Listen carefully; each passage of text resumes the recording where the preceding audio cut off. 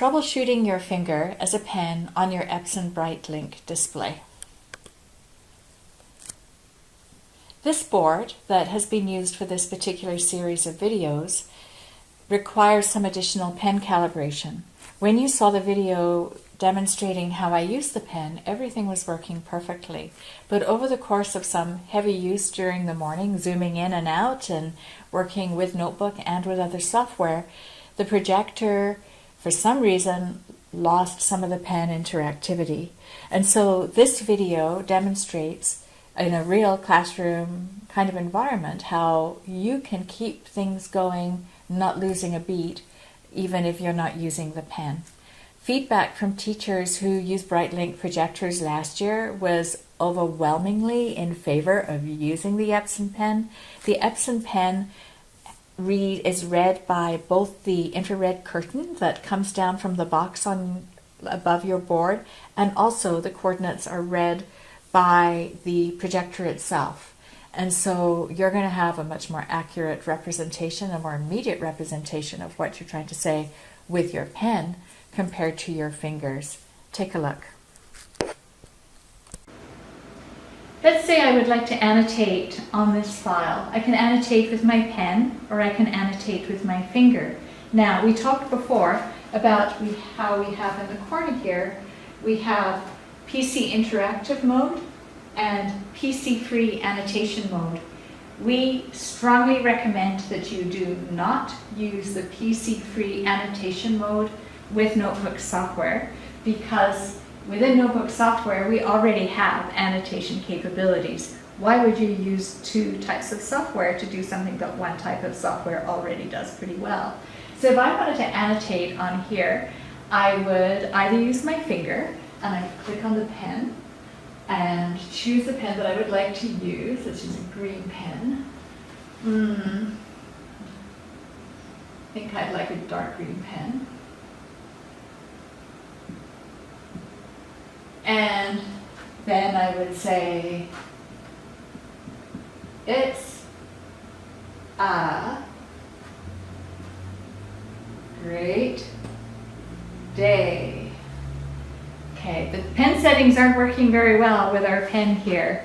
This means that your tech will have to go in and do a little bit of adjusting in terms of the way that the infrared curtain that comes down from here interacts with your pen tray.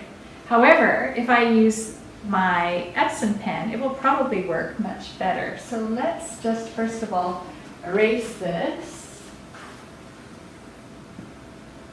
And I'm going to use my EPSON pen. Now, to use my EPSON pen right now, it is working as a mouse because I'm not in PC-free interactive mode and because I haven't chosen a pen here that I have associated with this pen here. So I'm going to click in my pens.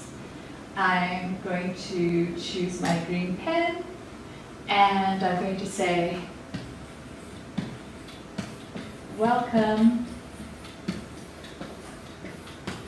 back to,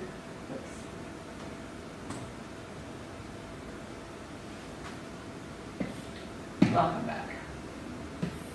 And you'll see that that works much, much better. Now the reason the EPSON pen is working better than my finger in Smart Notebook today is because the pen not only is read by this infrared curtain that's sent down by this box, but it's also read by the projector itself. And so the projector is always in touch with where the coordinates of the pen actually are. And so it's able to read those, hence my writing with this pen is much clearer than it is with the other. You'll also find you'll like writing with the EPSON pen. The tip of the pen, I can show you right up close here. So the tip of the pen is, you can, like it's got a little bit of wiggle room in it. So when you're writing with it, you're going to find that it feels a lot more natural to write with. The board itself, of course, is just a whiteboard, and so that's hard. So you don't have that same feel as if you're writing on top of a balloon that you have when you're working with a smartboard. So anyway, we highly recommend using the pen. The pen settings can be adjusted by your tech so that your finger works better as well. In this case, this is a board that has just been installed recently, and so the tech hasn't had a chance to come back and do that walkthrough yet. So, but I think I've probably sold you on the pen. It's really nice to work with. One piece of advice they do give when using the pen is to, when using it, be careful not to interrupt it with other parts of you, and to keep it as perpendicular as possible to the board. So if, for example, I'll just insert a page here. So if I'm going to write on the board on an angle, actually it's working just fine, I guess because of those coordinates. But I'm getting a little bit of my elbow in there as well. So they suggest keep it like this. The other thing that's interesting is because I have my finger associated with the board as well as the pen, it's reading both colors.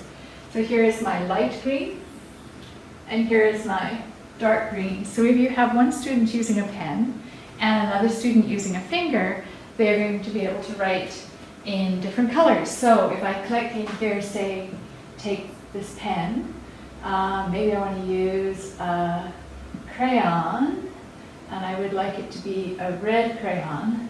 I can now write in green with my pen and with crayon with my finger.